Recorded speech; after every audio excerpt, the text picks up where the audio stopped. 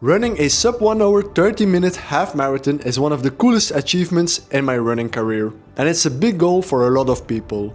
It's the point where you both need serious endurance and some real speed. And honestly, this might be the only video you need to get there, because in the last 2 years I have broken 1 hour and 30 minutes 5 times, with a personal best of 1 hour, 21 minutes and 31 seconds. So in this video I will guide you through everything you need to know and what I have learned.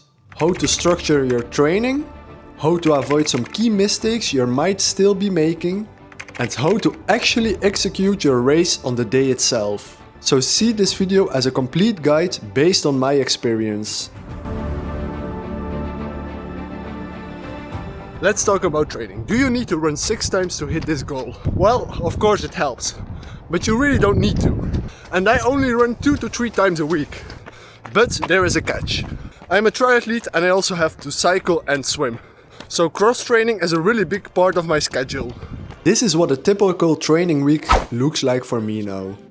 As you can see, there is a lot of cycling involved. And I train about 10 hours per week.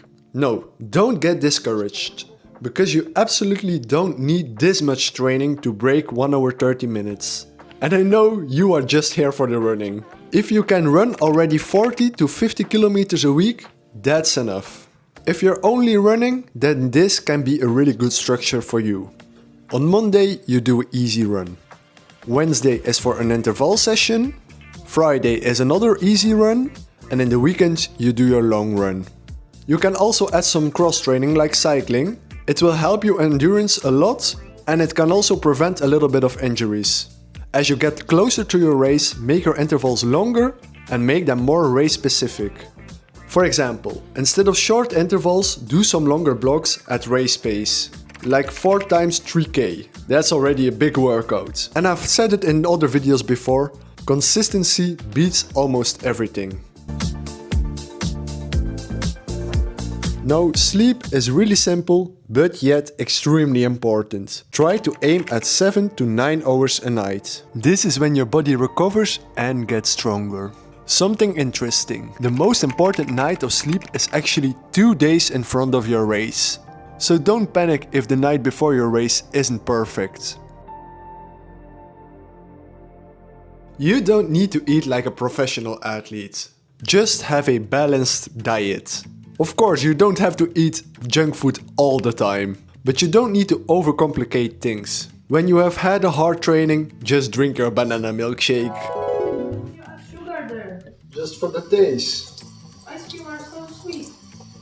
Yeah, but not the banana. Have you ever eaten banana? Yeah.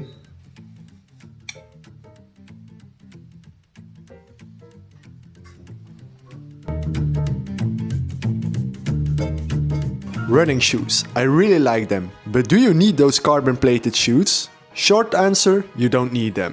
But they help you. They are really light and they have a race feeling you can't really compare with a normal shoe without carbon plate.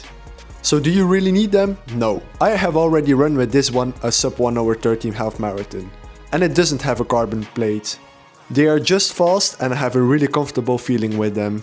And that's what you are searching for. Like with the food, don't overcomplicate things. Good shoes really help and they are important, but your legs will have to do the job. Now, let's talk about one of the most important parts of this video. Pacing. Because this is where most races go wrong. Do you see this guy here on this video? This is a pacer. If your race has a pacer for the sub 1 hour 30, use it. In one of my last races I have run for 19 kilometers in the pacer group and only accelerated for the last 2 kilometers. Why you definitely should consider running in a group.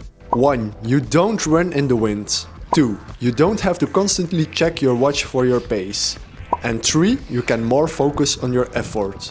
Running in a group is also way more motivating than running alone.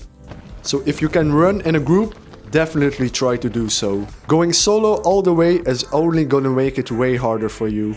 And please, don't ruin your race in the first 5 kilometers. It will feel really easy. You are tapered well, you are fresh, but that's exactly why most people go really fast in the beginning. So stay controlled, Stay in the group and enjoy your half marathon. If you reach kilometer 15 and you still feel really strong, then you can slightly start pushing your pace. We just crossed kilometer 15 and this is like the distance the race really starts for me. And that's where your early well-paced kilometers will decide your race. The amount of taper you need is a bit personal. For me, I don't like 2-week tapers. I like 1.5 to 1 week taper, it's already enough. Reduce the easy volume you're doing, but keep the intensity in your trainings. If you keep the intensity in your training, you will stay sharp and don't have lazy legs on race day. I have already made this mistake once. I heard from somebody that you have to taper for 2 weeks and I barely didn't do any tempo workouts anymore, so the race pace was like a shock to my body. Don't make this mistake. Race day is where everything comes together. Before the race, get a decent night of sleep. Not perfect, just well enough. Nutrition before the race is also really important.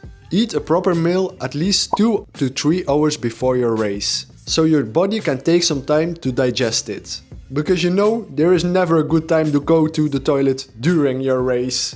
After your proper meal, just keep it light. If you sometimes have toilet problems during your race, use something like this.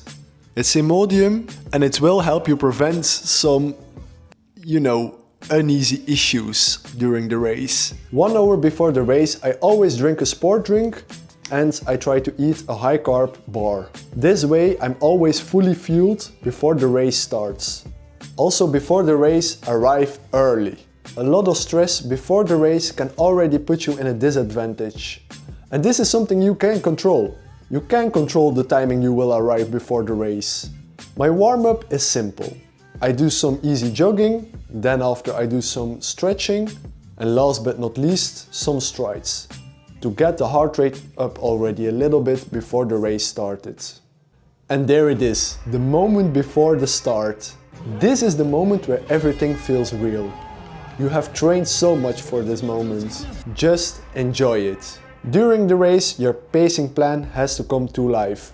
Stay in the group, don't run in the front, don't waste any energy on things you can't control. No one will judge you from running in the back. You don't only run with your legs, you also run with your head. Use it. And don't forget to fuel properly during the race. Eat enough, drink enough. My rule is to eat at least 3 times a gel during the race. For example, after 20 minutes, 40 minutes and 1 hour. This is a big mistake I make when I started racing. Your body is working hard, give it some fuel. And we know the last kilometers are gonna be really hard. This is where the race really happens. And if you paced it well, you will still keep moving forward when others will slow down. It's one of the nicest feelings in the world, I think. Seeing everybody struggling while you can keep your pace. Breaking 1 hour 30 isn't about being perfect. It's about smart pacing, consistency and making smart decisions during the race. I hope this video gave you a clear roadmap how to go sub 1 hour 30 half marathon.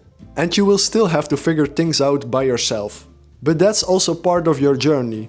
No, I'm really curious. What's your next running goal? Leave it down in the comments.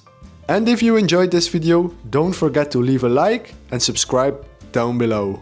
And I will see you in the next one.